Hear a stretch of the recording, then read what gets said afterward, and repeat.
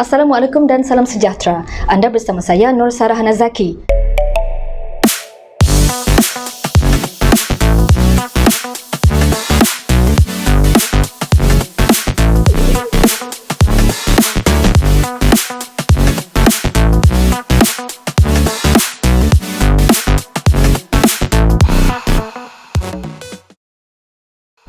Usaha dalam mencegah penularan wabak COVID-19 masih diteruskan. Sejumlah 3,000 unit pelitup muka telah diserahkan kepada premis salon dan pusat refleksologi di kawasan Luyang bersama Yang Berhormat Pung Jinze, Menteri Belia dan Sukan Negeri Sabah pada 13 Julai lalu.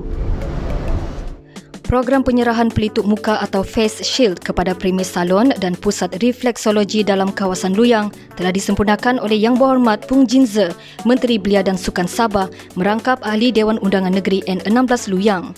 Hadir bersama menyempurnakan acara adalah Yang Berbahagia Datuk Haji Nordin Siman, Mayor Bandaraya Kota Kinabalu.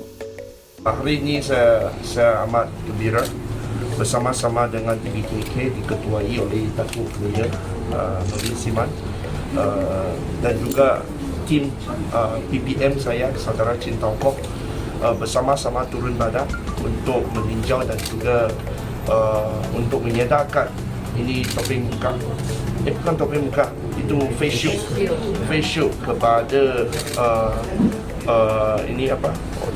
salon operators, bukan sahaja di kos-kosan tapi di lintas, Damai dan beberapa tempat lagi. Turut menyertai acara ini adalah Junior Chambers International JCI Tanjung Aru dan Unit Pemimpin Pembangunan Masyarakat N16 Luyang. DBKK telah berjaya mendapat tempat ketiga dalam pertandingan video montaj inovasi Kerajaan Negeri Sabah 2020. Pertandingan ini adalah anjuran Pejabat Timbalan Setiausaha Kerajaan Negeri Pentadbiran bertemakan langkah-langkah pencegahan penularan wabak COVID-19. Ianya bertujuan untuk memberi pendedahan kepada penjawat awam dengan mencabar kreativiti dan inovasi dalam pembangunan produk multimedia. Majlis penyampaian hadiah telah diadakan pada 14 Julai lalu di Pusat Pentadbiran Negeri Sabah. Ayuh tunaikan tanggungjawab sosial kita dalam memerangi wabak COVID-19 dengan kekal patuh kepada SOP. S. Syarat-syarat seperti yang ditetapkan di bawah Perintah Kawalan Pergerakan. O. Orang yang berisiko tinggi seperti kanak-kanak, bayi, warga emas dan orang kurang upaya OKU perlu dilindungi. Individu tidak sihat dan bergejala dikehendaki segera menjalani pemeriksaan kesihatan. P. Penjarakan sosial diamalkan pada setiap masa sekurang-kurangnya 1 meter. Elak 3C dan amalkan 3W. Elak kawasan sesak, crowded place. Elak kawasan sempit, confined space. Elak sembang secara dekat, close conversation. Amalkan 3W. Wash, kerap cuci tangan dengan air dan sabun atau hand sanitizer. Wear, guna pelitup muka di tempat awam jika bergejala. Warn, amaran daripada Kementerian Kesihatan Malaysia berkonsepkan peringatan seperti elak bersalaman, bersentuhan, amalkan etika batuk dan bersin yang betul, lakukan aktiviti disinfeksi, duduk di rumah dan hanya keluar sekiranya ada urusan penting sahaja, dapatkan rawatan segera jika bergejala. Daftar secara percuma aplikasi Sabah Trace di sabahtrace.my. Aplikasi ini dibangunkan bagi menyimpan data suhu dan nombor telefon individu sebelum memasuki sesebuah premis bagi mengekang penularan wabak COVID-19. Ikuti perkembangan semasa COVID-19 di Sabah melalui portal covid19.sabah.digital. Amalkan norma baharu dalam kehidupan kita. Kita jaga kita pasti menang.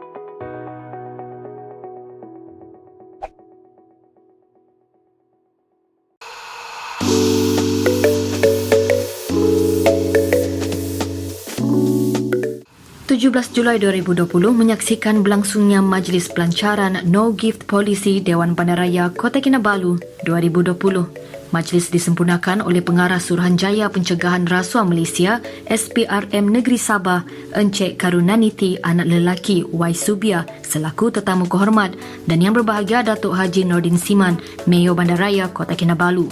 Objektif inisiatif ini adalah untuk memberi kesedaran kepada anggota DBKK mengenai larangan pemberian dan penerimaan hadiah selaras Perkeliling Perkhidmatan Bilangan 3 tahun 1998. Kita beralih ke laporan seterusnya. Di BKK TV Online minggu ini akan membawa anda mengenali fungsi dan peranan Jabatan Pengurusan Sisa Pepejal di BKK. Diketuai oleh Encik Leong Zefui, jabatan ini bertanggungjawab dalam sistem pengurusan dan pelupusan sisa pepejal dalam kawasan Bandaraya Kota Kinabalu. Sama-sama kita saksikan segmen khas Kenali di BKK minggu ini.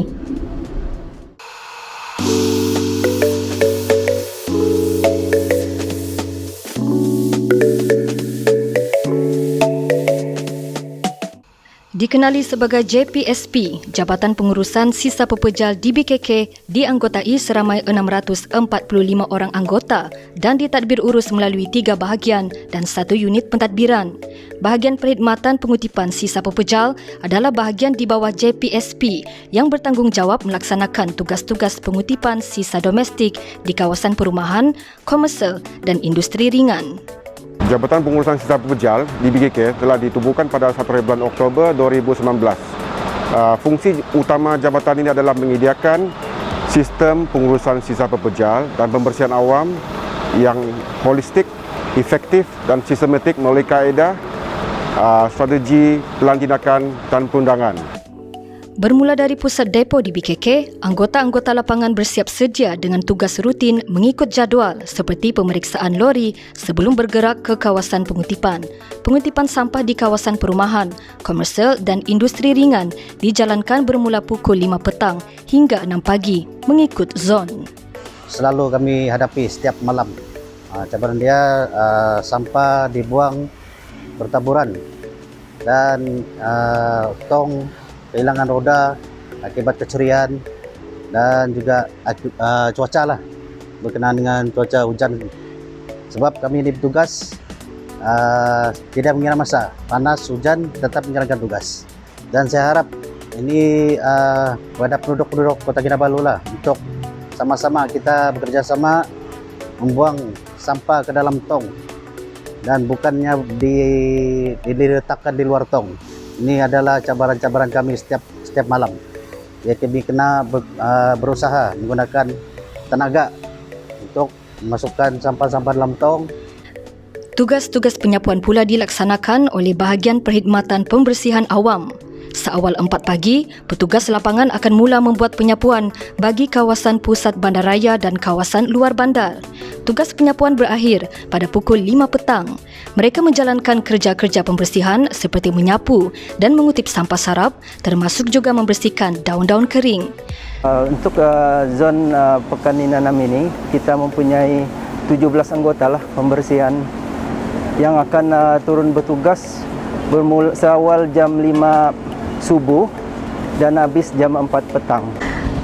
Cabaran sepanjang musim COVID ini ialah kami memastikan kelengkapan seperti pemakaian mask dan juga sarung tangan mencukupi. Orang awam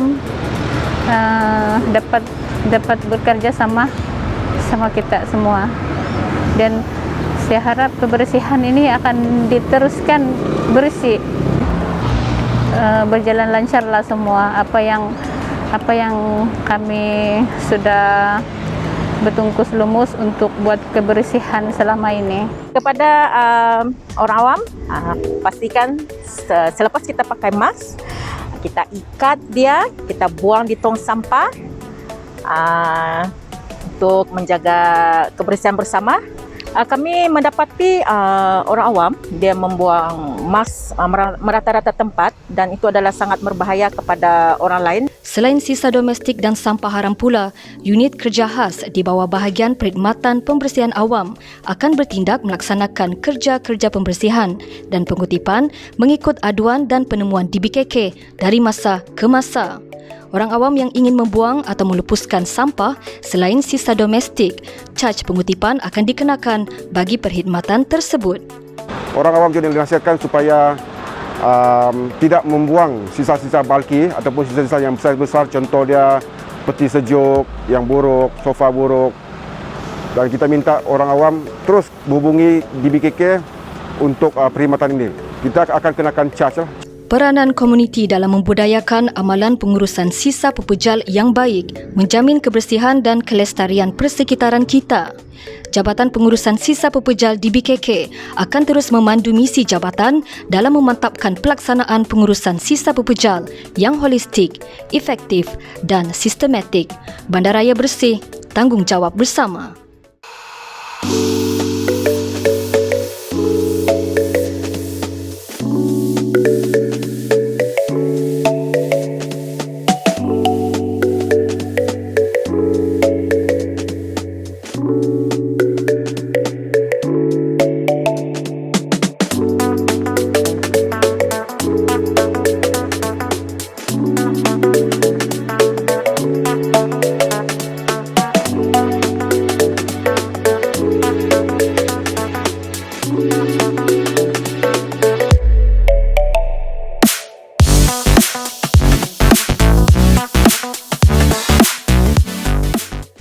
Bella saudara, paparan sebentar tadi mengakhiri laporan DBKK TV Online minggu ini.